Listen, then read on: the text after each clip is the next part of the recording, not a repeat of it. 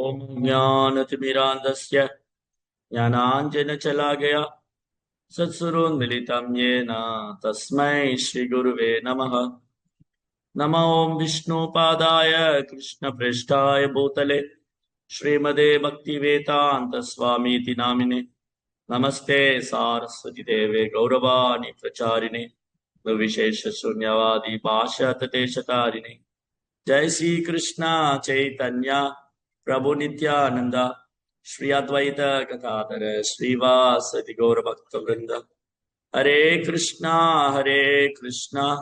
कृष्णा कृष्णा हरे हरे, हरे राम राम राम हरे हरे।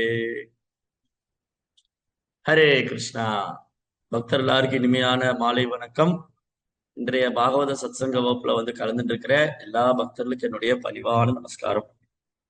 இன்னைக்கு நம்ம ஸ்ரீமத் பாகவதத்துல 3ஆம் ஸ்கந்தத்துல 29வது அத்தியாயம் படிச்சோம்.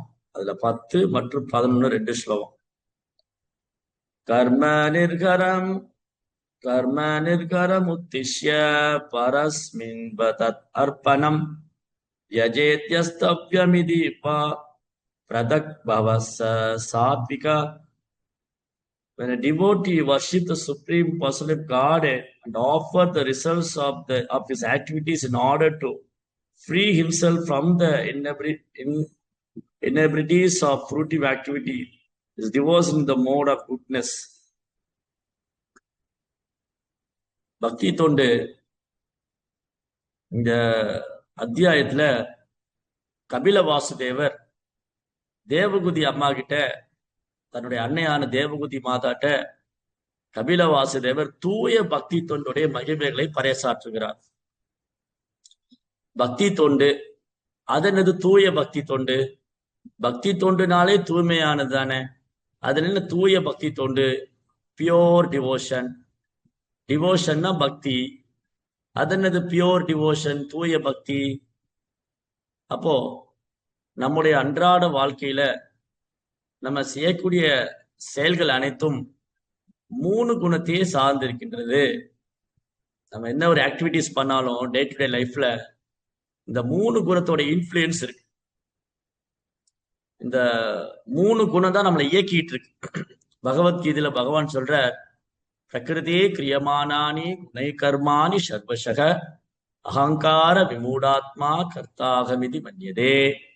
பிரகிருதி, இந்த இயற்கை எப்படி இயங்குது? குணை கர்மாணி சர்வசக, 3 குணத்தினால். இந்த பிரபஞ்சமே முக்குணத்துலதான் இயங்குது. அகங்கார விமூடாத்மா, அகங்காரம் கொண்ட முட்டாள் ஆத்மா என்ன நினைச்சுக்கிறாரு? நான் தான் கர்த்தா, நான் தான் காரணம், நான் தான் அனுபவிப்பாளன், நானே கட்டுப்படுத்துபவன். நான் என்ற பொய் அகங்காரம். நான் இந்த உடல், நானே கட்டுப்படுத்துபவன், நானே அனைத்துக்கும் காரணம், நானே அனுபவிப்பாளன். இதுதான் பொய் அகங்காரம். இந்த பொய் அகங்காரத்தினால முட்டாள் ஆத்மா என்ன நினைத்துக் கொள்கிறான்? தானே கர்த்தா, தானே போக்தா, தானே அனுபவிப்பாளன், தானே கட்டுப்படுத்துபவன், தானே காரணம். ஆனா இது எதனால வருது? இந்த முக்குணத்தினுடைய உந்துதலால.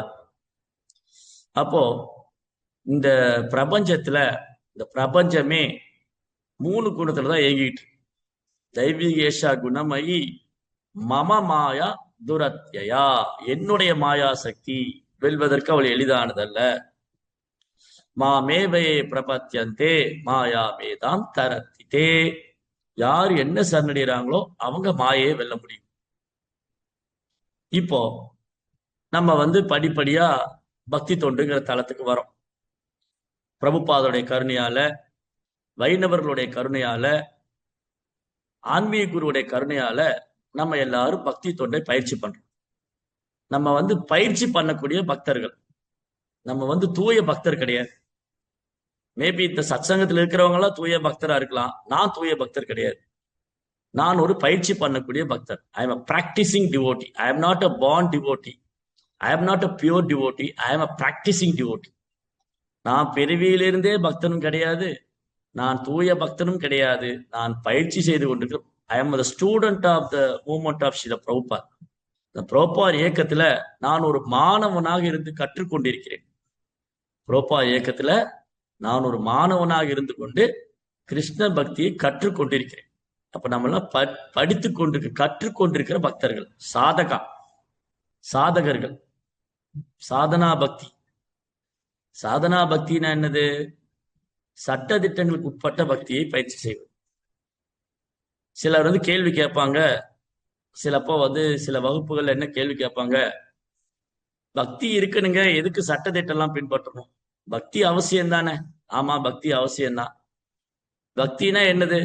இறைவனை வழிபடுவது. அதற்கு எதுக்கு சட்ட திட்டம் எல்லாம்? சட்ட திட்டம் எல்லாம் தேவையில்லையே அப்படின்னு சொல்லலாம். எப்போ சட்ட திட்டங்கள்லாம் தேவையில்லை? நம் இறைவன் மீது தூய அன்பை வைத்துக் கொண்டிருப்போமே ஆனால், நம்ம இறைவன் இடத்துல தூய அன்பு இருக்குன்னா, அப்ப அந்த பக்தியானது சட்ட திட்டங்களுக்கெல்லாம் அப்பாற்பட்ட பக்தி. ஆனா நம்ம அந்த மாதிரி இருக்கமான்னு கேட்டா கிடையாது. நமக்கு இறைவன் மேல இயல்பான பக்தியோ அன்போ கிடையாது. இறைவன் இடத்துல, பகவான் இடத்துல இயல்பான அன்பும் பக்தியும் யார்கிட்ட இருக்கும்? அதை சைத்தன்ய மகாபிரபு வெளிப்படுத்தினார். சைத்தன்ய மகாபிரபு எப்படி வெளிப்படுத்துகிறார்? நயனம் கலதஸ்ருதாரியா வதனம் கத்கத ருதயாகிரா உலகை நிசிதே கதா தவநாம கிரகணே பவிஷ்யதி. பகவானே கிருஷ்ணா, நான் உங்க நாமத்தை சொல்லும் போது எப்ப என் கண்ணுல இருந்து கண்ணீர் வரும்? உங்க நாமத்தை சொல்லும் போது எப்ப என் கண்ணுல இருந்து கண்ணீர் வரும்? நான் தழுதறுக்கும், உடலெல்லாம் மயிர்குத்திட்டு நிற்கும்.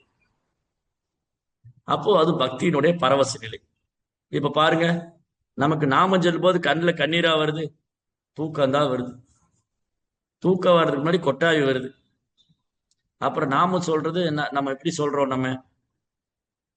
அதனால நாம பயிற்சி எடுத்துக்கொண்டிருக்கிறோம். அந்த நாமத்தை சரிவர உச்சரிப்பதற்காக, பக்குவமாவதற்காக, நாம் எல்லோரும் பக்குவமான பக்தர்கள் ஆவதற்காக பயிற்சி எடுத்துக்கொண்டிருக்கிறோம். அதனால நமக்கு பயிற்சி அவசியம். ஏன்னா நமக்கு இயல்பான பக்தி இல்லை.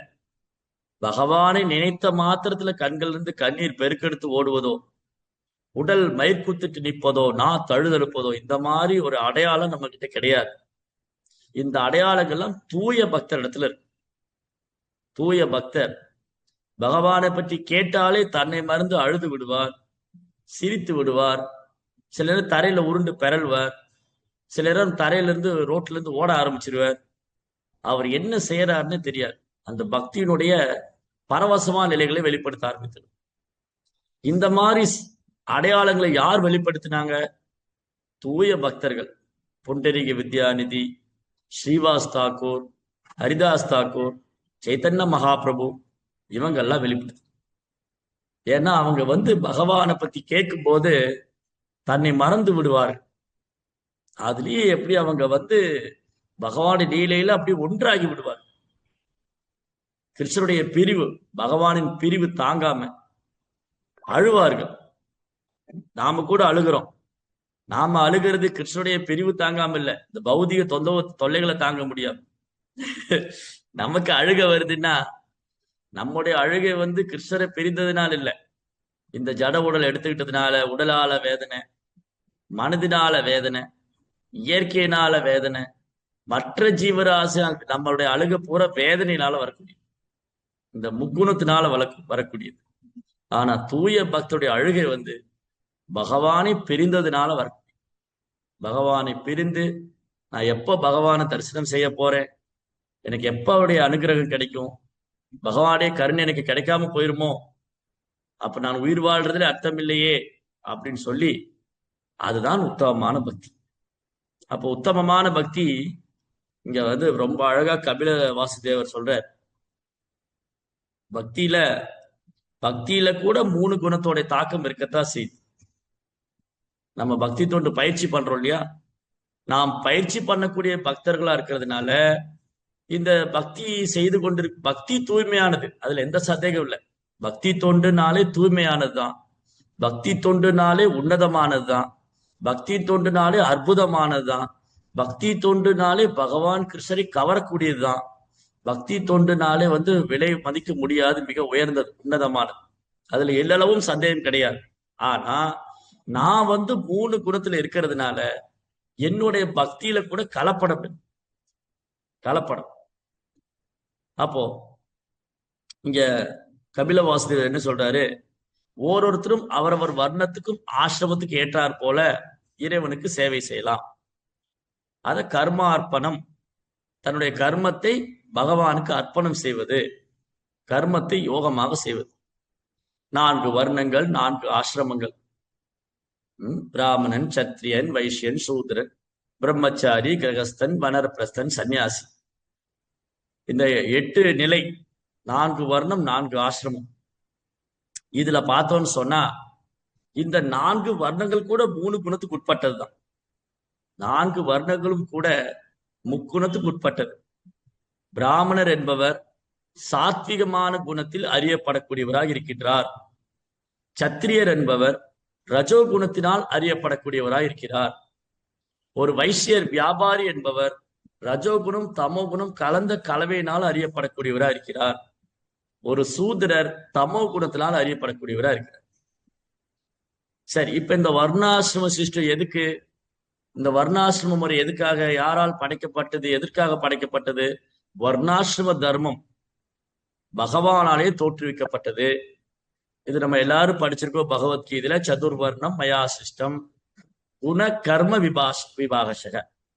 ஒருத்தருடைய குணத்தின் அடிப்படையிலையும் தொழிலின் அடிப்படையிலும், ஒருத்தர் என்ன குணத்துல இருக்க, என்ன தொழில் பண்ற, அதை வைத்துதான் வர்ணங்களும் ஆசிரமும் வகுக்கப்பட்டது. குண கர்ம விபாகசம். தஸ்ய கர்த்தாரம் அபிமாம் வித்ய அகர்த்தாரம் அவ்யயம். இந்த 4 வர்ணங்களும், பிராமணன், சத்திரியன், வைஷ்யன், சூத்ரன், இந்த 4 வர்ணங்களும் பகவானால் தோற்றுவிக்கப்பட்டாலும், இந்த 3 குணத்தின் அடிப்படையில் தோற்றுவிக்கப்பட்டாலும், பகவான் இந்த முக்குணத்துக்கு அப்பாற்பட்டவராக இருக்கின்றார்.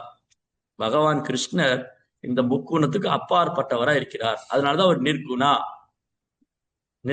அவர் முக்குணத்துக்கு அப்பாற்பட்டவர். சமஸ்த குணகணதாமா, அவர் எல்லா தெய்வீகமான குணத்தின் இருப்பிடமாகவும் இருக்கிறார். அப்போ இந்த வர்ணாசிரம சிஸ்டம் எதுக்குன்னா, அந்தந்த வர்ணத்தில் இருக்கிறவங்க அவங்களுடைய தர்மத்தை சரிவர செய்து அது பகவானுக்கு அர்ப்பணித்து விட வேண்டும். அது பக்தி தொண்டாக மாற வேண்டும். அப்படி ஒருத்தர் ஒரு வர்ணத்தில் இருக்காரு, ஒருத்தர் பிராமணரா இருக்கிறார், அல்லது ஒரு சத்திரியராக இருக்கிறார், அல்லது ஒரு வைசியராக இருக்கிறார், ஒரு சூத்திரரா இருக்கிறார், அவர் குணத்தாலும் தொழிலாலும் தான் சொல்ல முடியும். ஆனா கலியுகத்துல என்ன ஆயிடுச்சுன்னா, இதெல்லாம் பிறப்பின் அடிப்படையில் ஆயிடுச்சு. கலியுகத்துல இந்த வர்ண சிஸ்டம் தவறாக புரிந்து கொள்ளப்படுகிறது, தவறாக பிரச்சாரம் செய்யப்படுகிறது. பெரும்பாலும் இன்னைக்கு கலியுகத்துல அரசியல் தலைவர்கள்லாம் சனாதன தர்மம் என்ன என்று தெரிந்து கொள்ளாமல், சனாதன தர்மத்தின் உண்மையான பொருளை அறிந்து கொள்ளாமல், அவர்களால் கற்பனை செய்து கொண்டு சனாதனத்தை எதிர்ப்போம், சனாதனத்தை ஒழிப்போம் என்று பேசிக் கொண்டிருக்கிறார். ஆனா உண்மை என்ன? சனாதனம் என்றால் மாற்றம் இல்லாதது, நித்தியமானது, நித்தியமான தர்மம்.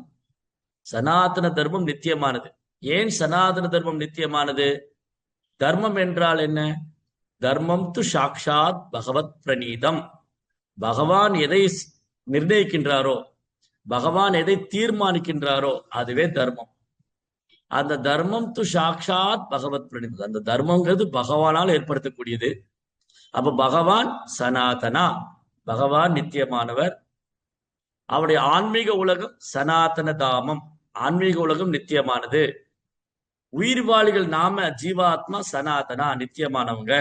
இப்ப பாருங்க, இந்த சனாதனம்ங்கிற வார்த்தை நித்தியமானது. எதெல்லாம் நித்தியமானது? பகவான் நித்தியமானவர், மாற்றமற்றவர், அழிவற்றவர். பகவானுடைய ஆன்மீக உலகம் நித்தியமானது, மாற்றமற்றது, அழிவற்றது.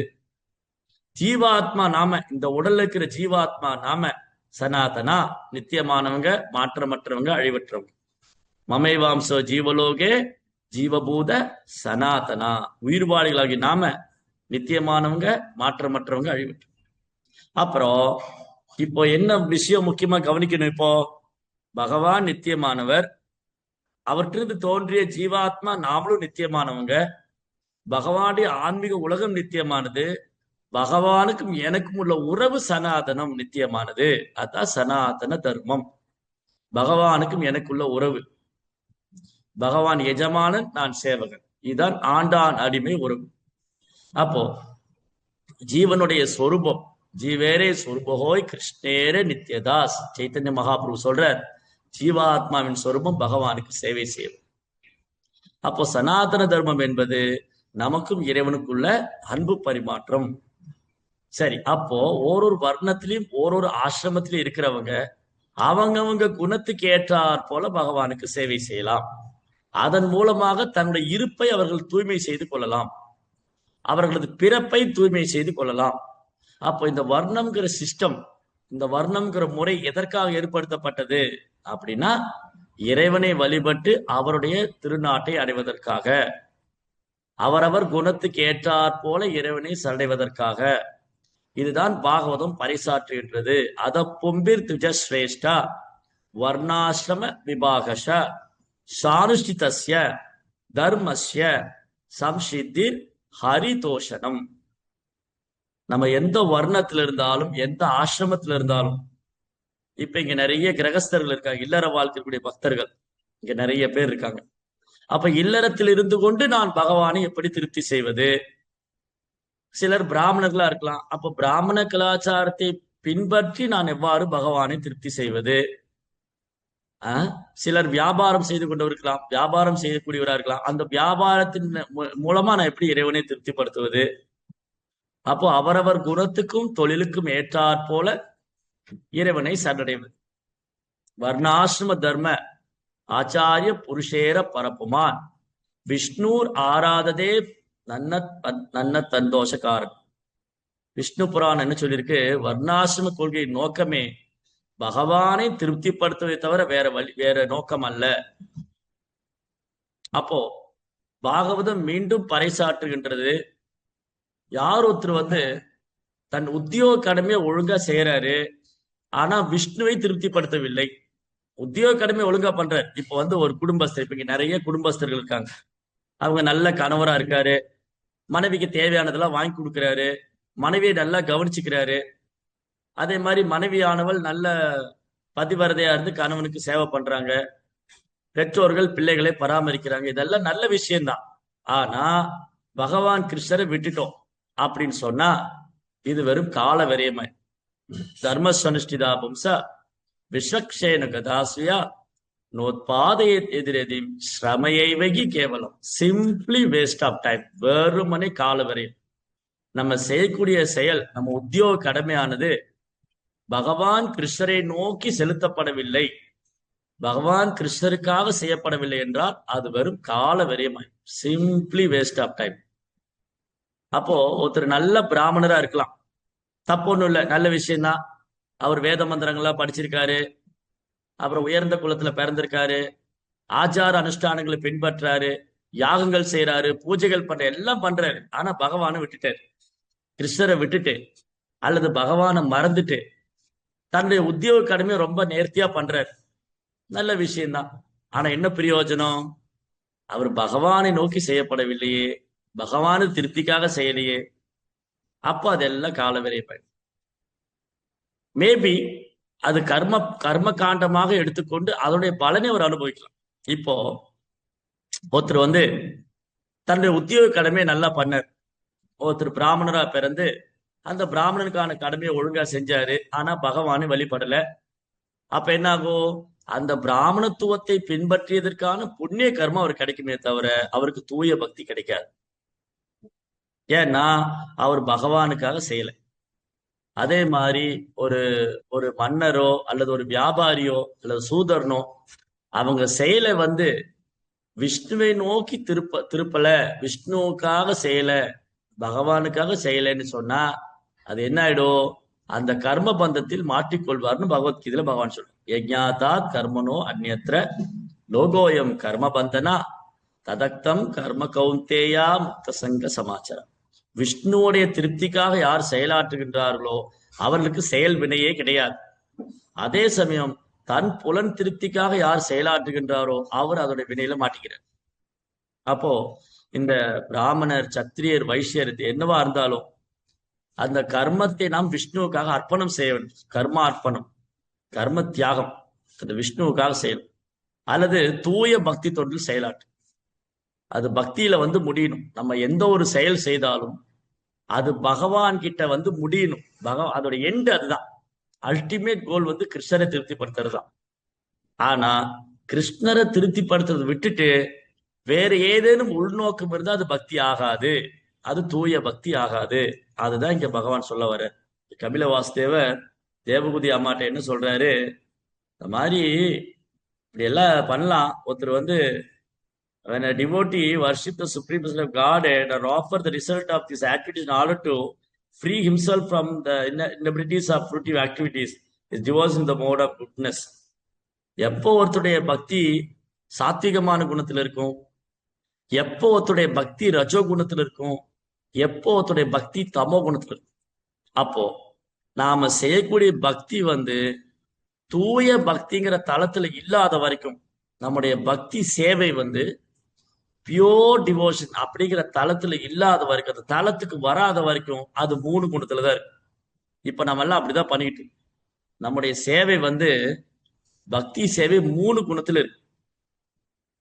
எதுக்கு பண்றோன்னே தெரியல, ஏதோ சொன்னாங்க பண்ணேன், அவ்வளவுதான். ஏன் வந்து கிருஷ்ணரை வழிபடணும், எதனால பகவானை திருப்தி செய்யணும், ஒன்னும் தெரியாது, எதுவுமே தெரியாது. கண்மூடித்தனமான பக்தி, சாஸ்திர ஞானம் கிடையாது, பக்தி தன்னுடைய மகிமைகளை பற்றி கேட்டதில்லை, படிச்சதில்லை, ஏதோ ஒரு உணர்ச்சி வசப்பட்டு ஒரு செயலில் ஈடுபடுறார். அல்லது இப்படி எடுத்துக்கலாம், அந்த பக்தர் சரி வேற வழி இல்லை, நான் போய் சேவை பண்ணாதான் இந்த கோயில்ல வேலை நடக்கும், நான் தான் போய் சமைக்கணும், நான் தான் புத்தக விநியோகம் செய்யணும், நான் தான் எல்லாமே நான் தான் பண்ணணும், வேற ஆள் இல்லை அப்படிங்கிற பாவனையில செய்யக்கூடிய பக்தி வந்து தமோ குணத்துல. ஏன்னா அந்த பக்தருக்கு உண்மையா அன்பு இல்லை இறைவன் மேல். அவர் ஏதோ சரி வேற வழி இல்லை, வேற ஆள் இல்லை, என்ன கூப்பிட்டாங்க. அப்புறம் ரஜோகுண பக்தி என்னது, நான் தான் பண்ணேன் ஊரு பூரா போய் சொல்லும். பாருங்க, அந்த சத்சங்கம் நான் தான் ஏற்பாடு பண்ணேன், நான் இல்லைன்னா அது நடந்திருக்காது. அதனால அந்த புகழெல்லாம் எனக்கு தான் சாரும். அந்த புத்தக விநியோகம் என்னாலதான் நடந்தது, அந்த ஃபெஸ்டிவலே என்னாலதான் நடந்தது, நான் தான் 1000 பேருக்கு குக் பண்ணேன், நான் தான் 500 பேருக்கு சமைச்சேன், நான் இல்லைன்னா இங்க சமையலே நடந்திருக்காது. இந்த மாதிரி பாவனையில செய்யக்கூடிய பக்தி ரஜோகுணம் கலந்தது. அவர் சேவை பண்ணார், சேவை பண்ணலன்னு சொல்லல, சேவை பண்ணாரு. ஆனா பாவம் எப்படி இருக்கு, அவர் சேவை செய்தார், அவர் பாவம் ரஜோ குணத்தில் இருந்தது. அவர் சேவை செய்தார், அவர் பாவம் தமோ குணத்தில் இருந்தது. அப்ப நம்ம சேவை பண்றோம், ஆனா தூய மனதோட பண்றோமா? அதனாலதான் ஆண்டாள் நாச்சியார் பாடுறாங்க, தூயமாய் வந்து நாம் தூமலர் தூவி தொழுது. தூய மனதோடு செய்யக்கூடிய பக்தி தான் தூய பக்தி தொண்டு. அப்போ நம்முடைய சேவையில ஏதேனும் எதிர்பார்ப்பு இருக்கு, ஏதேனும் உள்நோக்கம் இருக்கு, நான் செய்த பக்தி, என்னுடைய பக்தியில் ஏதேனும் எதிர்பார்ப்போ உள்நோக்கமோ இருந்ததென்றால் அது தூய பக்தி கிடையாது, அது கலப்படமான பக்தி. அந்த பக்தியில ரஜோகுணம் இருக்கின்றது, அந்த பக்தியில் தமோ குணம் இருக்கின்றது, அந்த பக்தியில் சாத்விகமான குணம் இருக்கு. ஏதேனும் உள்நோக்கம் எதிர்பார்ப்பும் இருந்தால் அந்த பக்தி தூய பக்தி கிடையாது. இன்னைக்கு பெரும்பாலும் மக்கள் என்ன நினைக்கிறாங்க, பக்தின்னு சொன்னா இறைவன் இடத்துல பிரார்த்தனை செய்ய வேண்டும். என்னை பிரார்த்தனை செய்ய வேண்டும்? ஓ கடவுளே, பகவானே, எனக்கு இதை கொடுத்து விடு, அதை கொடுத்து விடு, இதை நிறைவேற்றி விடு, அதை நிறைவேற்றி விடு, நான் இதை செய்வேன், நான் அதை செய்வேன். இப்படி வந்து வியாபாரம் செய்கிறார். பகவானிடத்தில் வியாபாரம் செய்வது எப்படி தூய பக்தியாகும்? கொஞ்ச நாளைக்கு முன்னாடி நம்ம நரசிம்ம அவதாரம் கதையெல்லாம் படிச்சுட்டு இருந்தோம். நரசிம்ம சதுர்தசி வந்தது இல்லையா? அப்ப பகவான் நரசிம்மர் பிரகலாதனிடத்தில் கேட்கிறார், கண்ணா பிரகலாதா, உனக்கு என்ன வரம் வேண்டும் என்று கேள். பகவானே நேர்ல வந்து கேட்கிறார். ஏன் பகவான் நம்ம கிட்ட கேட்க மாட்டேங்கிறார் உனக்கு என்ன வரம் வேணும்னு? ஏன்னா நம்ம பெரிய லிஸ்ட் வச்சிருப்போம்னு அவருக்கு தெரியும். பகவான் ஏன் நம்ம கிட்ட கேட்க மாட்டேங்கிறார், ஜெகதானந்தா உனக்கு என்ன வரம் வேணும்? ஏன்னா ஜெகதானந்தா ஒரு லிஸ்ட் வச்சிருப்பாரு, எனக்கு இது வேணும் அது வேணும். ஏன் பிரகலாதத்தை கேட்டாரு? பிரகலாதர் லிஸ்டே கிடையாது. பிரகலாதட்ட பகவானே கேட்கிறார், கண்ணே பிரகலாதா, நீ எனக்காக எவ்வளவு கஷ்டப்பட்ட, எவ்வளவு துன்பங்களை பொறுத்து கொண்டாய், சகித்து கொண்டாய், எனக்கு ரொம்ப பிரியமான பக்தன், உனக்கு என்ன வேணும் கேளு, நான் செய்கிறேன். என்ன கேட்டாலும் பிரகலாதன் என்ன கேட்டாலும் பகவான் கொடுக்க தயாராக இருக்கின்றார். ஆனா பிரகலாதர் என்ன சொன்னாரு? ஓ எம்பெருமானே, பகவானே, என்ன பார்த்து இப்படி ஒரு கேள்வி கேட்டீங்க நீங்க? நான் உங்ககிட்ட ஏதாவது எதிர்பார்த்தா அது வியாபாரம் ஆயிடாதா? நான் வியாபாரம் செய்யறதுக்காக வந்தேன்? என்னுடைய நோக்கம் என்ன வியாபாரம் செய்வதா? கிடையவே கிடையாது. நான் உங்கள்கிட்ட எதையும் எதிர்பார்க்கவில்லை. அதுதான் சுத்த பக்தி. பகவான் பிரகலாத உதவிக்கு கூட அழைக்கல இல்லையா? பாருங்க, அந்த குழந்தைக்கு எவ்வளவு சோதனை வந்தது. நெருப்புல தூக்கி போட்டாங்க, மலை உச்சியிலிருந்து தூக்கி போட்டாங்க, சமுத்திரத்தில் தூக்கி போட்டாங்க, என்னெல்லாம் கொடுமை செய்தார். அப்போ பிரகலாதன், ஓ எம்பெருமானே கிருஷ்ணா, எனக்கு என்ன சோதனை? நாமளா இருந்தோம் அழுது புலம்பிரும். சின்ன பிரச்சனை வந்தாலே நம்ம அழுது புலம்புறோம். ஏதேனும் சிறு பிரச்சனை வந்து விட்டாலே, கிருஷ்ணா நான் என்ன துரோகம் பண்ணேன்? நான் யாருக்கும் ஒரு துரோகம் பண்ணலையே, நான் ஏன் என்னையே இப்படி பண்ணீங்க நீங்க? கிருஷ்ணர் முன்னாடி அழுது புழம்பி, நான் ஏகாதசி விரதம் இருந்தேன், நான் 16 மாலை ஜபம் செஞ்சேன், நான் கோயில்ல சேவையெல்லாம் பண்ணேன், எனக்கு மட்டும் ஏன் இப்படி நடந்தது? அழுது புலம்பி ஒரு வழியா நம்ம புலம்பி தள்ளிடுவோம். ஆனா பிரகலாத குழந்தை ஒரு நாளும் பகவானிடத்துல இந்த மாதிரி பிரார்த்தனை செய்ததே இல்லை. நீங்க பாகவதம் 7ஆம் ஸ்கந்தத்துல பாருங்க, ஒரு இடத்துல கூட பிரகலாதர் கிருஷ்ணா என்னையே இப்படி பண்ணீங்க, நான் உங்களை தானே நினைச்சுக்கிட்டே இருந்தேன். 24 மணி நேரம் விஷ்ணு ஸ்மரணம், பகவானையே ஸ்மரணம் செய்து கொண்டிருந்தா அந்த குழந்தை. அவருக்கு பெரும் சோதனை வந்தது. ஆனா அவர் எங்கேயாவது முறையிட்டாரா? ஏ விஷ்ணுவே, வாசுதேவரே, கிருஷ்ணாவே, என்னையே இப்படி செய்கிறீர்கள், நான் என்ன குற்றம் செய்தேன்? நாமளா இருந்தோம் பகவான 1 இல்ல 2 இல்லைன்னு ஆக்கியிருப்போம். ஆனா பிரகலாத குழந்தை எல்லாத்தையும் பொறுத்து கொண்டு சகித்து கொண்டு, இவர்களின் உடலை என்ன வேணாலும் செய்யலாம், அதுதான் தன்னை உணர்ந்த ஆத்மா. இந்த உடலை நெருப்புல போறீங்களா, போட்டுக்கங்க, அது நெருப்போட நெருப்பா போகும், ஆன்மாவுக்கு ஒன்றும் நஷ்டம் இல்லை. சமுத்திரத்துல போறீங்களா, போடுங்க, இந்த உடம்பு வேணா தண்ணியில நனையும், ஆத்மா நனையாது. நம்மளும் படிக்கிறோம், நைனம் சிந்தந்தி சாஸ்திராணி நைனம் தகதி பாவகா, ஆத்மாவை நெருப்பால் எரிக்க முடியாது, நீரால் நனைக்க முடியாது, ஆயுதங்களை கொண்டு வெட்ட முடியாது. ஆனா நமக்கு ஒரு ஆபத்து வந்தா விட்டுருவோமா? உடனே அழுது புலம்பி. ஆனா பிரகலாதர் என்ன பண்ணாரு? இந்த உடலை இவங்க என்ன வேணாலும் செய்யலாம், இந்த உடலை இவங்க நெருப்புல போடலாம், தண்ணியில போடலாம், காற்றுல உலர்த்தலாம், ஆயுதங்களை கொண்டு துண்டு துண்டா வெட்டலாம். ஆனா இந்த உடல் இருக்கும் ஆன்மாவை என்னை ஒண்ணும் செய்ய முடியாது. அதுதான் தன்னை உணர்ந்தார். அப்ப பிரகலாதுடைய பக்தி எப்படி இருந்தது? அந்யாபிலாஷிதா சூன்யம். அவருடைய பக்தி தூய பக்தியா இருக்கு. அந்யாபிலாஷிதா சூன்யம் ஞான கர்மா அனாப்தம் அனுகூலேன கிருஷ்ண அனுசீலனம் பக்தி உத்தமா. எப்போ அது உத்தமமான பக்தியா இருக்கு? தூய பக்தி. அந்த தூய பக்தி தொண்டு செய்யறதுக்கு, பகவானிடம் தூய பக்தி தொண்டு செய்வதற்கு என்ன தகுதி, அடையாளம் என்ன? அந்யாபிலாஷ், எந்த ஒரு பௌதிக ஆசையும் கிடையாது, எந்த ஒரு எதிர்பார்ப்பும் கிடையாது. ஏதாவது எதிர்பார்த்துதான் பிரகலாதர் பகவான் அன்பு செஞ்சாரா? கிடையாது. ஏதேனும் எதிர்பார்ப்பு வைத்துதான் ஹனுமான் ராமருக்கு சேவை செய்தாரா? கிடையாது. ஏதேனும் எதிர்பார்ப்புலதான் பிருந்தாவன கோபிகள் பகவான் அன்பு செஞ்சாங்களா? கிடையாது. பிருந்தாவன கோபியுடைய அன்புல எந்த உள்நோக்கம் கிடையாது, எந்த ஒரு எதிர்பார்ப்பும் கிடையாது. ஹனுமானுடைய சேவையில எந்த உள்நோக்கம் கிடையாது, எந்த ஒரு எதிர்பார்ப்பும் கிடையாது. பிரகலாதுடைய சேவையில எந்த ஒரு உள்நோக்கம் கிடையாது, எந்த ஒரு எதிர்பார்ப்பும் கிடையாது. பாண்டவர்களின் சேவையில எந்த உள்நோக்கம் கிடையாது, எந்த ஒரு எதிர்பார்ப்பும். இவங்கெல்லாம் தூய பக்தர்கள். தூய பக்தருடைய சேவையில அவங்களுக்கு தனிப்பட்ட விருப்பம் வெறுப்பு எதுவும் கிடையாது. ஒரு தூய பக்தருக்கு விருப்பு வெறுப்பு என்பதே கிடையாது. தனி அவருக்கு தனிப்பட்ட ஆசைன்னு ஒண்ணு கிடையாது. அவருடைய ஒரே விருப்பம் என்னது? பகவானை திருப்தி செய்ய வேண்டும், பகவான் திருப்தி அடைய வேண்டும். அது ஒன்று மட்டும்தான் குறிக்கோள். அந்யாபிலாஷ் ஞான கர்மா. அந்த சேவையில ஞானத்துடைய தாக்கமும் கிடையாது, கர்மத்தின் தாக்கமும் கிடையாது. நான் இந்த சேவையை செய்த எனக்கு இது கிடைத்து விடும், அது கிடைத்து விடும் அப்படின்னு உள்நோக்கம் கிடையாது, அது கர்ம காண்டமும் கிடையாது, ஞான காண்டம். கர்ம காண்டம் ஞான காண்டம் இரண்டுக்கும் அப்பாற்பட்டது. ஒரு பக்தர் ஒரு ஒரு தூய பக்தருடைய சேவை இருக்கு இல்லையா, ஹனுமான், பிரகலாதர், பாண்டவர்கள், இவங்களுடைய சேவையெல்லாம் ஏன் பகவானை கவர்ந்தது, ஏன் பகவான் அவங்ககிட்ட அப்படி அன்பு செஞ்சார்னா, அந்த பக்தியில எந்த ஒரு உள்நோக்கம் கிடையாது, எந்த ஒரு எதிர்பார்ப்பும் கிடையாது. அதுல ஞானத்துடைய தாக்கம் கிடையாது, கர்மத்துடைய தாக்கம் கிடையாது. அணுக்குள்ளேன பகவானை திருப்தி செய்வது மட்டும்தான் ஒரே குறிக்கோள்.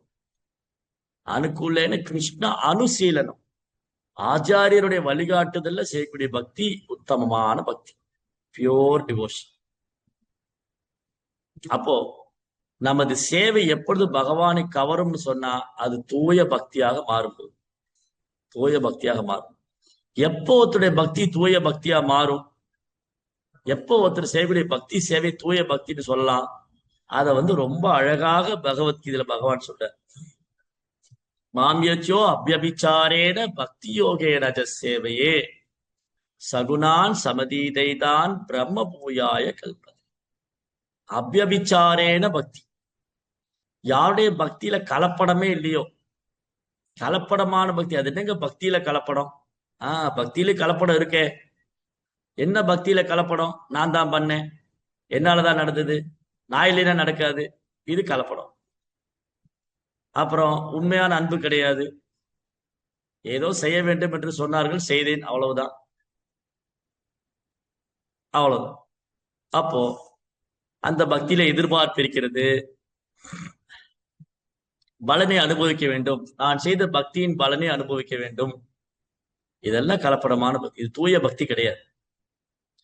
தூய பக்தினா என்னது? அந்யாபிலாஷ், அபியபிச்சாரேன பக்தி. கிருஷ்ணா ரொம்ப ஸ்ட்ராங்கா ஒரு வார்த்தையை போட்டிருக்கார், அபியபிச்சாரேன. அபியபிச்சாரேன பக்தி எனக்கு வேண்டாம், சாரி, விபச்சார பக்தி எனக்கு வேண்டாம், விபச்சார பக்தி வேண்டாம், அபியபிச்சாரேன பக்தி தான் வேணும். விபச்சார பக்தினா என்னது? ஒழுக்கம் இல்லாமல் செய்யக்கூடியது, தவறாக செய்யக்கூடியது. அவ்யபிச்சாரன தூயமானதோடு செய்யக்கூடியது. ஒரு ஒரு ஸ்திரீயானவள், ஒரு ஸ்திரீ அல்லது ஒரு புருஷா ராமச்சந்திர பிரபு புருஷோத்தமா, அவர் சீதையை தவிர வேற எந்த பெண்ணையும் நினைக்கல. அதுதான் கணவனுக்கான அழகு, ஏகபத்னி விரதன். சீதையை தவிர எந்த பெண்ணையும் மனதளவுல கூட நினைத்ததில்லை ஸ்ரீராமன். சீதா தெய்வம் பிரபு ஸ்ரீராமரை தவிர வேற எந்த ஆண்மகனையும் மனதளவுல கூட நினைத்தது கிடையாது, பதிவிரதன். அப்ப நம்ம பக்தி அப்படி இருக்கணும். நம்முடைய பக்தியில பகவானை தவிர, பகவானுடைய திருப்தியை தவிர வேற எனக்கு நோக்கம் கிடையாது.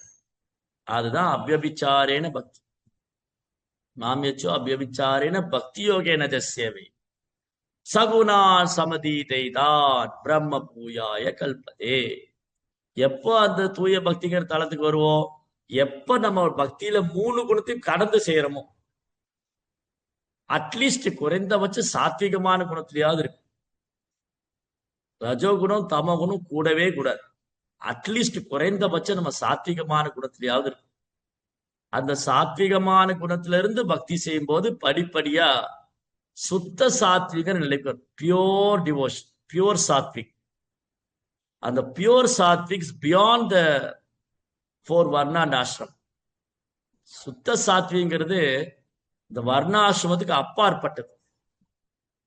சாத்விகம் கூட முக்குணத்துல உள்ளது. சாத்விகமான குணத்தில் இருக்கிறதே 3 குணத்துக்கு உள்ளதுதான். பரவாயில்லைங்க, அந்த பக்தர் ரொம்ப சாத்விகமா இருக்காரு, இந்த பக்தர் ஏன் கோவப்படுகிறார்? அவருக்கு ரஜோகுணம் அடிக்கடி இருக்கு, கோவப்படுறார். இவர் ஏன் சோம்பேறியா இருக்கிறார்? அவருக்கு தமோகுணம் இருக்கு, சோம்பேறியா இருக்கிறார். ஒரு சேவையை செய்து சொல்லிக்கொண்டே இருக்க வேண்டும் இல்லையா? தமோ குணத்துல இருக்கிற பக்தர்ல புஷ் பண்ணிக்கிட்டே இருக்கு. புத்தக விநியோகத்துக்கு வாங்க, புத்தக விநியோகத்துக்கு வாங்க, புத்தக விநியோகத்துக்கு வாங்க, மங்களாரத்திக்கு வாங்க, மங்களாரத்திக்கு வாங்க, மங்களாரத்திக்கு வாங்க, சாண்டிங்க கவனமா பண்ணுங்க, ஜபத்துல கவனம் செலுத்துங்க, ஜபத்துல சொல்லிக்கிட்டே இருக்கு. ஏன்னா அந்த பக்தர் அப்படி கொஞ்சம் சோம்பேறியா இருக்கு. பக்தி கிடைச்சிருக்கு, ஆனா சோம்பேறித்தனம் ஒரு தடங்கல. ஒரு பக்தருக்கு பக்தி கிடைச்சிருச்சு, புரோபார் இயக்கத்துக்கு வந்தாங்க, ரொம்ப நல்லா இருக்கு, நல்ல விஷயம்தான். புரோபார் இயக்கத்துல வந்தாங்க, நாம ஜெபம் பண்ண ஆரம்பிச்சாங்க, சேவை பண்ண ஆரம்பிக்கிறாங்க. ஆனா பாருங்க, புஷ் பண்ணிக்கிட்டே இருக்கு. யாராவது பின்னாடி இருந்து குத்திக்கிட்டு தள்ளிக்கிட்டே இருக்கு. வாங்க வாங்க வாங்க, சேவை பண்ண வாங்க, கூப்பிட்டுக்கிட்டே இருக்கு. இது என்னடா வம்பா போச்சு, நான் தெரியாம வந்து மாட்டிக்கிட்டனோ அப்படின்னா அந்த பக்தி வந்து தமோ குணத்தில் இருக்கு. அவர் இன்னும் சரியாக பக்தியினுடைய பாவத்தை அனுபவிக்கவில்லை, பக்தியினுடைய மனப்பான்மையை வளர்த்து கொள்ளவில்லை. அப்ப என்ன தேவைப்படுது? கிருஷ்ண உணர்வு தத்துவம் அவருக்கு தேவைப்படுது. கிருஷ்ண உணர்வு தத்துவம் தேவைப்படுகிறது. புரோபார் புத்தகங்களை படிக்க வேண்டும். அந்த தத்துவங்கள் மனதுக்குள்ள போகும்போது நான் கிருஷ்ணருக்காக செய்தேன், கிருஷ்ணனுடைய திருப்திக்காக செய்கிறேன் அப்படிங்கிற எண்ணத்தை வளர்த்து கொள்ள வேண்டும். அந்த எண்ணத்தை வளர்த்து கொள்ளாத வரைக்கும், கிருஷ்ண உணர்வு தத்துவங்களை நாம் புரிந்து கொள்ளாத வரைக்கும், புரோபாருடைய புத்தகம் படிக்கலைன்னா நம்ம பக்தி வந்து ரஜோ குணத்திலேயும் தமோ குணத்திலேயும் இருக்கு. சில நேரம் கோவப்படுவோம், நான் தான் இவ்வளவு சேவை பண்றேனே, என்ன ஏன் சொல்லிக்கிட்டே இருக்கீங்க எதையாவது? நான் தான் கோயில வந்து சேவை பண்ணிக்கிட்டு தான் இருக்கிறேன். சண்டைக்கு போய் சண்டைக்கு போய் அப்புறம் அங்கீகாரம் எதிர்பார்க்கிறது. நான் செய்தேன், என்னை பற்றி வந்து ஒரு வார்த்தை சொல்லல. கிருஷ்ண ஜெயந்திக்கு நான் அவ்வளவு கலெக்ஷன் பண்ணி கொடுத்தேன், அவ்வளவு சேவை பண்ணேன், ஒரு வார்த்தை என்னை பத்தி சொல்லல. அப்ப அந்த பக்தி பகவானுக்காக செய்யல, நான் என்னுடைய எதிர்பார்ப்போடு செய்தேன். என்னை எல்லாரும் புகழ்வாங்க, சபையில வைத்து எனக்கு புகழ் கிடைக்கும், இந்த பக்தர் மாதிரி சேவை பண்ண முடியாது, இதைத்தான் நான் எதிர்பார்த்தேன். அப்ப அந்த பக்தி வந்து கலப்படமான பக்தி. அது வந்து ஜென்மாஷ்டமி பண்டிகை பண்ணது பகவானை திருப்தி பண்றதுக்காக இல்ல, எனக்கு ஒரு வாய்ப்பு, புகழ் கிடைக்கிறது.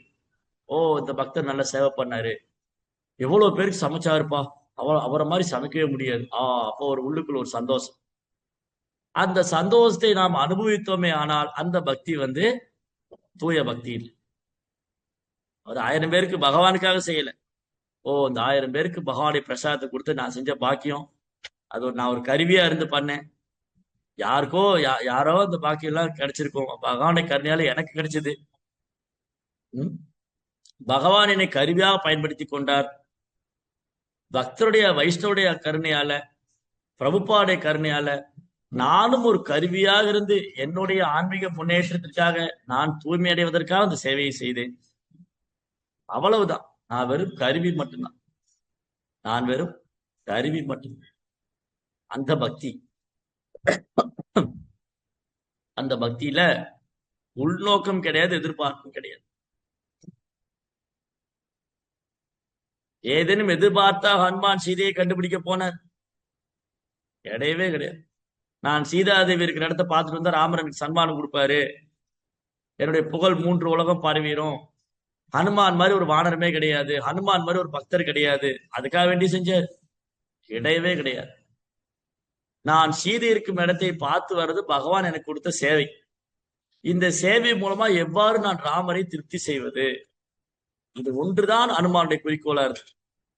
அனுமானுடைய ஒரே குறிக்கோள் பிரபு ஸ்ரீராமரை திருப்தி செய்வது, அவ்வளவுதான்.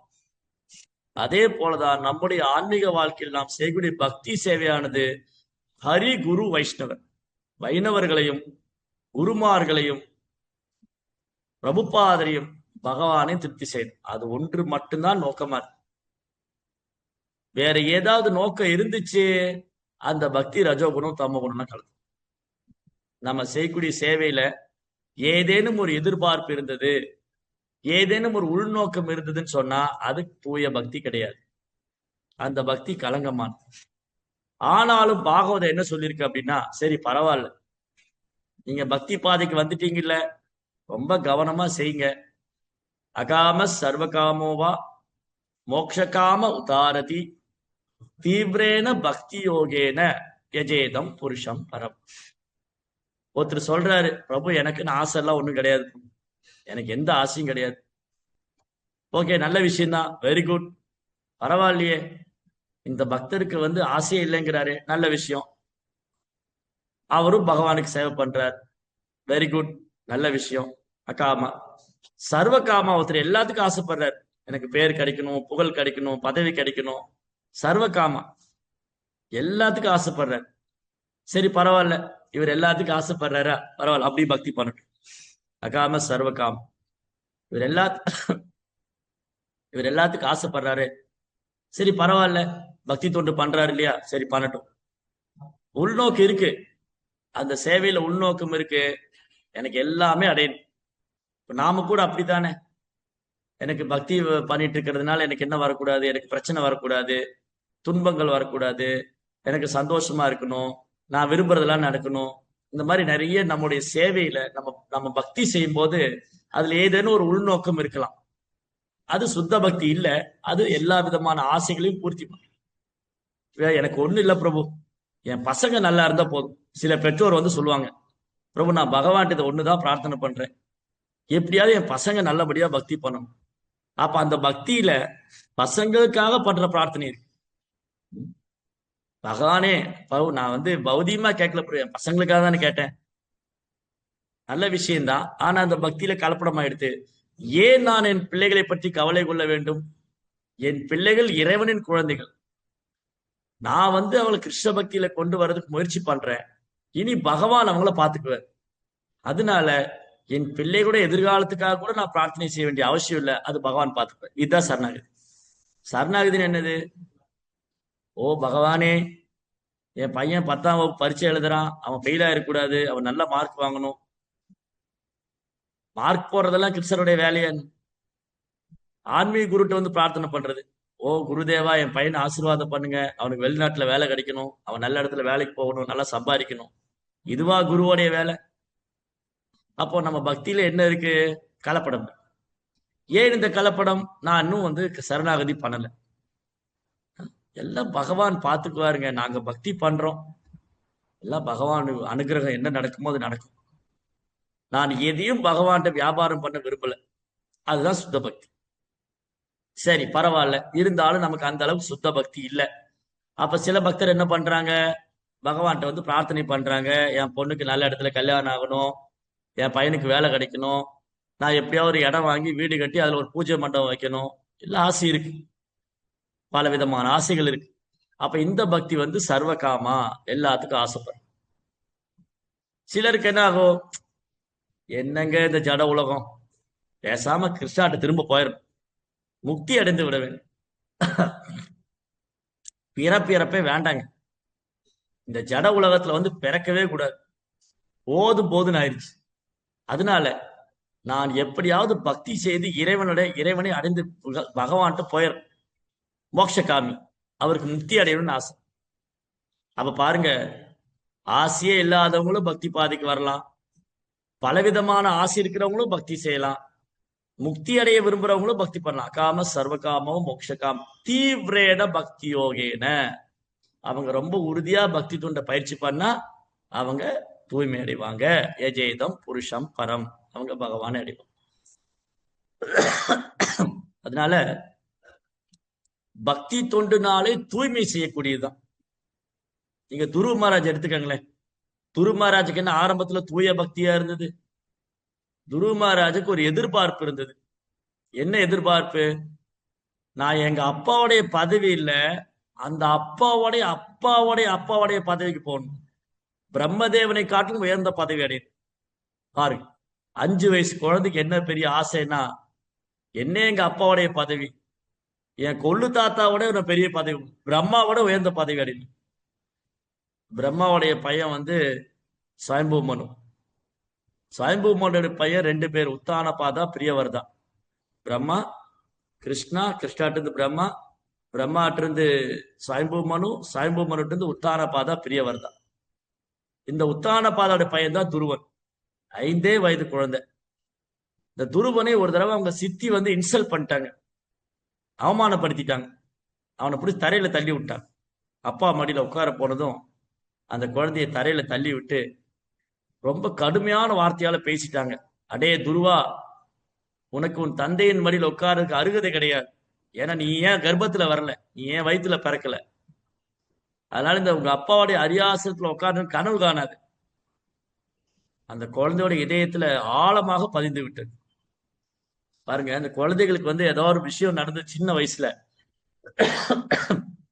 நம்மள கூட எடுத்துக்குவோம். நம்ம கூட சின்ன வயசுல 5, 6 வயதுல ஏதோ ஒரு சம்பவம் நம்ம இதயத்துல ஆழமா பதிஞ்சுன்னு வச்சுக்கோங்களேன்.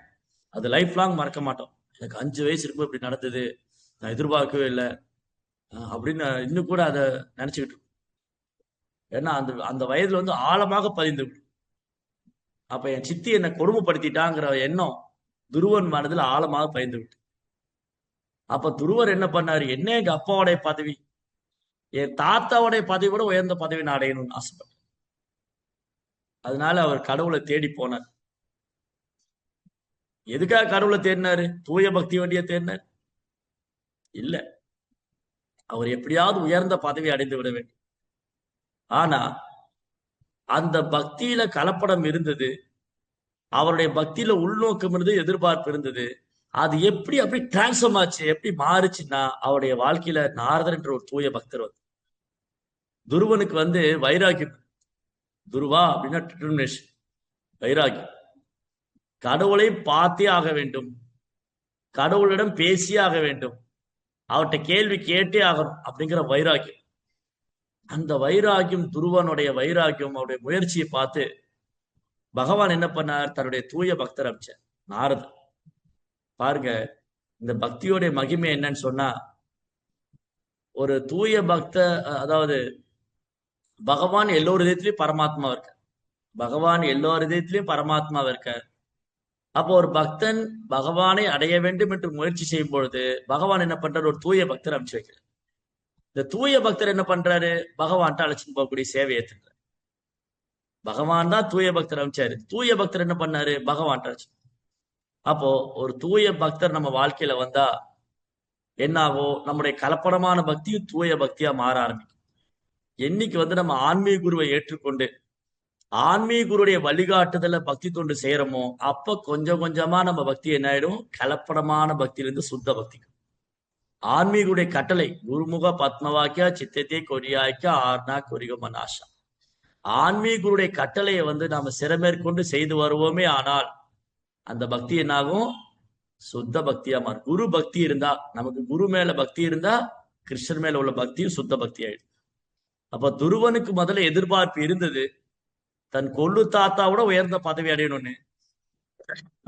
ஆனால் ஆனாலும் நாரதருடைய வழிகாட்டுதல் அவர் பக்தி பண்ணார், நாரதர் ஒரு குருவா கிடைச்சார்.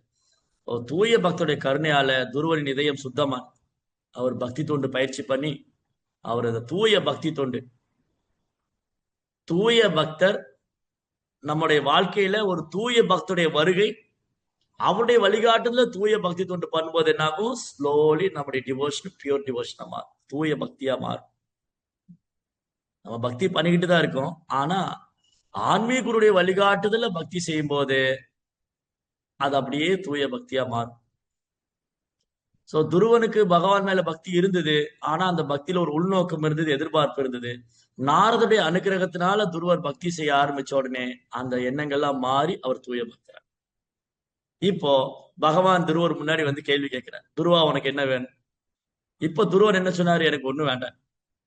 ஆனா அவர் கேள்வி கேட்கதான் போனதே, துருவன் காட்டுக்கு போனதே கிருஷ்ணரை தேடி கண்டுபிடிச்சு அவர்கிட்ட கேள்வி கேட்கும், உயர்ந்த வரம் வாங்கணும்.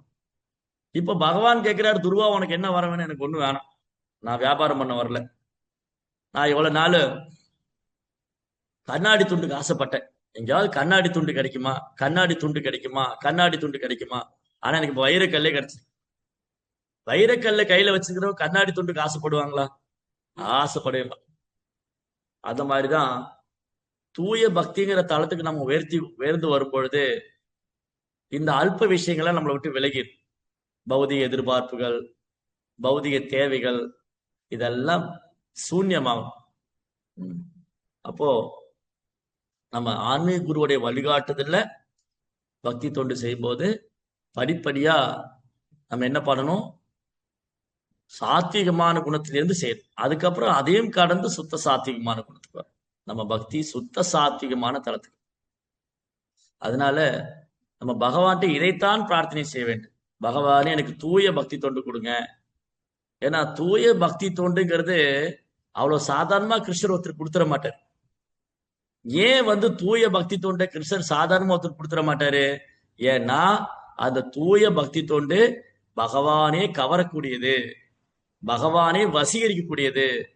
அந்த தூய பக்தன் பகவான் அடிமையாகி விடுவார். அந்த பக்தனுக்கு என்ன வேளான்னு செய்வார். பாருங்க, பாண்டவர் கூட நிழலை போல கிருஷ்ணர் பின்தொடர்றார். அவங்க காட்டுக்கு போனா இவரும் காட்டுக்கு போறாரு, அவங்க தரையில படுத்துக்குனா இவரும் தரையில படுத்துக்கிறாரு, அவரு கிழங்குகளை சாப்பிட்டா இவரும் கிழங்குகளை. இவருக்கு என்ன தலையெழுத்தா? துவாரகாபதி 16,108 அரண்மனை துவாரகையில. துவாரகையில பகவான் கிருஷ்ணருக்கு 16,108 அரண்மனை இருக்கு. 16,108 லட்சுமி அங்க சேவை பண்றாங்க. துவாரகேஸ்வரன் துவாரகாபதி அவரு பாண்டவரோட காட்டுல தங்கியிருக்க. அர்ஜுனோட ஒரே தட்டுல சாப்பிடுற, ஒன்னா படுத்துங்கிற. அப்ப என்னாச்சு? இவங்களுடைய தூய பக்தி பகவானை கவர்ந்து விட்டது. அதனால அவர் தன் ஐஸ்வர்யத்தை எல்லாம் விட்டுட்டு பாண்டவர் கூட வந்திருக்கு. துவாரகையில் உள்ள ராணிகள் கிருஷ்ணரை கவர முடியல, பாண்டவர்கள் கவர்ந்து விட்டார்கள். அவங்க கூட கிருஷ்ணர் கூட இருக்குன்னு ஆசைப்படுறாங்க துவாரகா ராணிகள்லாம். ஆனா கிருஷ்ணர் என்ன பண்ணாரு? அவங்களை விட்டுட்டு லட்சுமி தேவி விட்டுட்டு பாண்டவர் கூட இருக்காரு. அப்ப அந்த தூய பக்தி பகவானை கவர்கிறது. தூய பக்தி பகவானை வசீகரிக்கக்கூடியது. பக்தி ரசாம்ஸ் இந்த புக்ல ஒரு சாப்டர் இருக்கு, pure devotion will attract Krishna. தூய பக்தி தொண்டு பகவானை ஈர்க்கக்கூடியது, கவரக்கூடியது. அதனால நம்மளுடைய அல்டிமேட் கோல், ஒரு கிருஷ்ண பக்தருடைய இறுதி லட்சியம் என்னது? பியோர் டிவோஷன், தூய பக்தி தொண்டு. அந்த தூய பக்தி தொண்டுங்கிற தளத்துக்கு வரணும்னா நான் என்னுடைய பக்தி சேவையை சின்சியரா பண்ணணும். ஆன்மீக குரு கொடுத்த கட்டளைகளை தீவிரமா நிறைவேற்றணும். வைஷ்ணவருக்கு சேவை பண்ணணும். வைணவருடைய ஆசீர்வாதம், வைஷ்ணவுடைய ஆசீர்வாதம் வேணும், குருவுடைய கருணை வேணும். அப்படியே பண்ணிட்டே வந்தோம்னு சொன்னா கொஞ்சம் கொஞ்சமா நம்ம பக்தி கலப்படம் இல்லாத பக்தியா மாறும். அந்த கலப்படம் இல்லாத பக்தி தான் பகவானை கவரும். அதான் அடுத்த ஸ்லோகத்துல சொல்றாரு கபில வாசுதேவர். அம்மா தேவகுதிட்ட என்ன சொல்றாரு? 2 ஸ்லோகத்துல சொல்றாரு பாரு.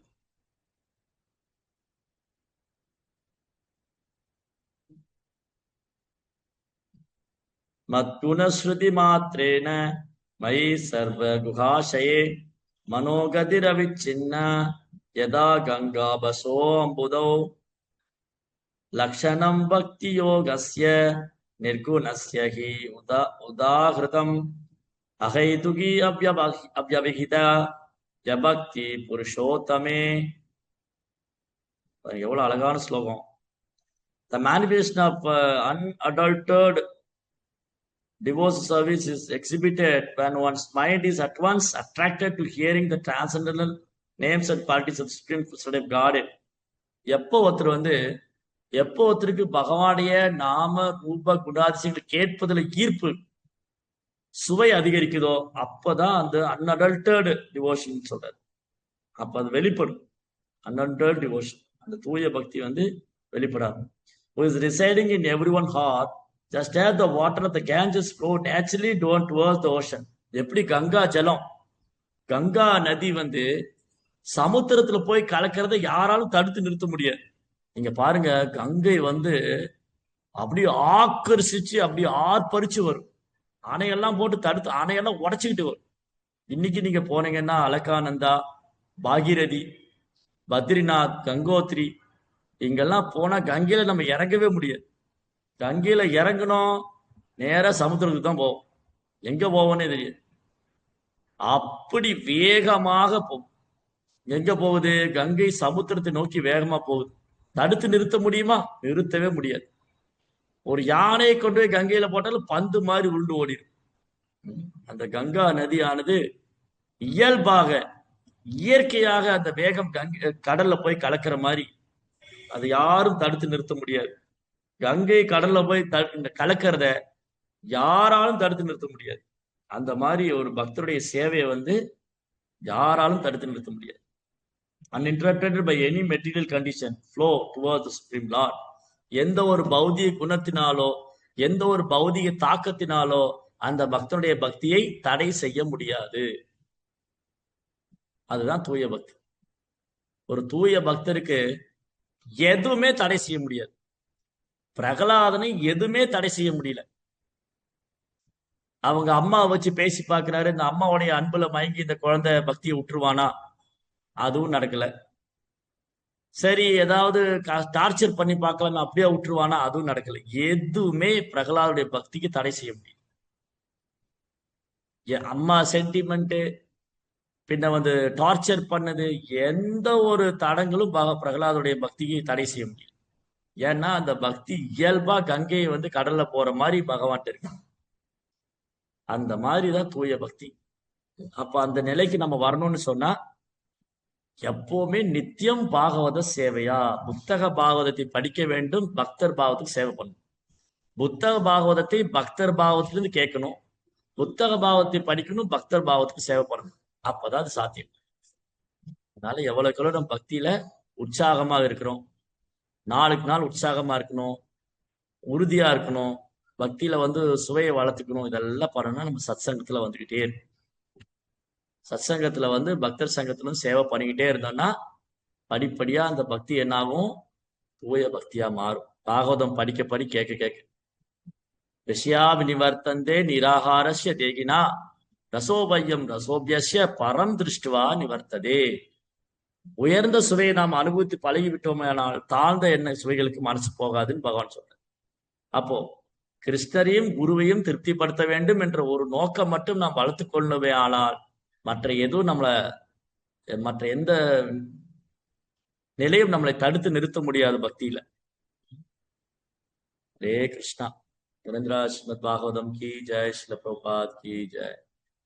ஓகே. உங்களுக்கு